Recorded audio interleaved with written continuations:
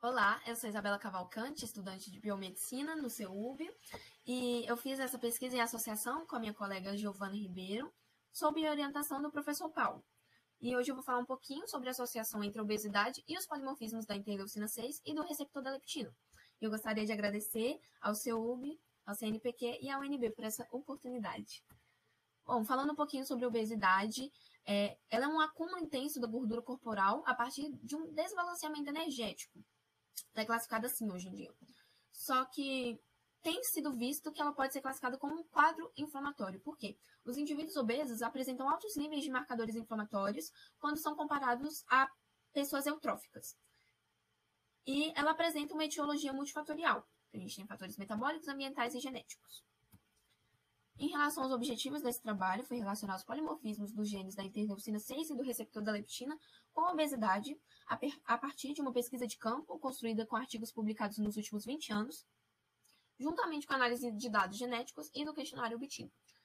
Bom, a leptina é um hormônio secretado pelo tecido adiposo, ela regula o apetite, então quando a gente tem um aumento da leptina, tem um impedimento da composição de neuropeptídeos oxígenos, e isso vai levar a uma diminuição do apetite. Então, o aumento da leptina sinaliza ao nosso corpo de que a gente precisa diminuir o consumo de alimentos. Só que, quando você tem um polimorfismo no receptor da leptina, isso vai gerar uma menor especificidade entre o receptor e a molécula. Então, não vai ter essa sinalização hormonal de que você precisa parar de se alimentar. Então, vai voltar a ter o aumento do apetite. Em relação à interleucina 6, ela está relacionada à metabolização de lipídios e da glicose. E esse polimorfismo aí indicado no slide, ocorre uma mudança de guanina para citosina. Então, a gente tem a alteração dos níveis plasmáticos da interleucina 6, né? Um aumento. E isso gera um aumento da resposta inflamatória também. Isso é visto em pacientes obesos. E, por isso, a obesidade seria classificada como um quadro inflamatório. Em relação à metodologia, o nosso trabalho foi aprovado pelo Comitê de Ética em dezembro de 2019. E ele foi prolongado aí por conta da pandemia. E, ao longo desse tempo, a gente fez a coleta de dados de pacientes com a aplicação de um questionário para entender sobre os hábitos de vida deles. E depois a gente fez extração do DNA da mucosa bucal e a análise dos polimorfismos. Em relação aos resultados, aqui a gente tem dois géis representativos. O gel da esquerda está mostrando o gene da IL6 e o gel da direita está mostrando da LEPR. Então, na IL6, em relação ao polimorfismo que a gente analisou, o genótipo mutado era esse daí que tem apenas o fragmento de 198 pares de bases. Então, no caso da figura demonstrada, é o paciente 3. E é o genótipo CC. E cerca de 11% dos nossos participantes tiveram a presença desse genótipo mutado. Em relação ao gel 2, né, que é o da LEPR, a gente tem o genótipo mutado quando o paciente tem apenas o fragmento de 366 pares de bases, que ali está representado pelo paciente 3, né? E o genótipo é o AA, e cerca de 50% dos participantes da nossa pesquisa tiveram esse genótipo.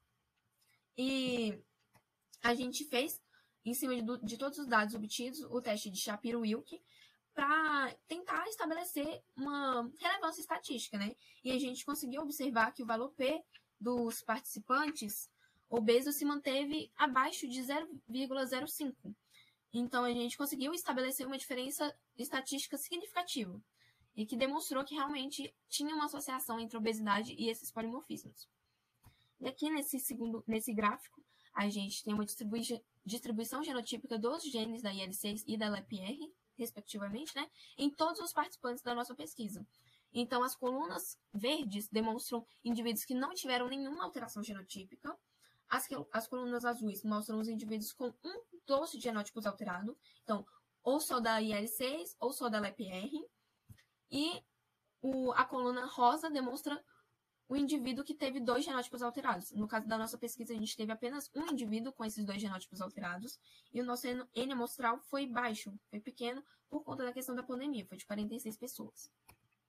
Bom, a conclusão do nosso trabalho foi que a obesidade está realmente ligada aos polimorfismos do gene da interleucina 6 e do receptor da leptina, bem como aos fatores de risco da doença.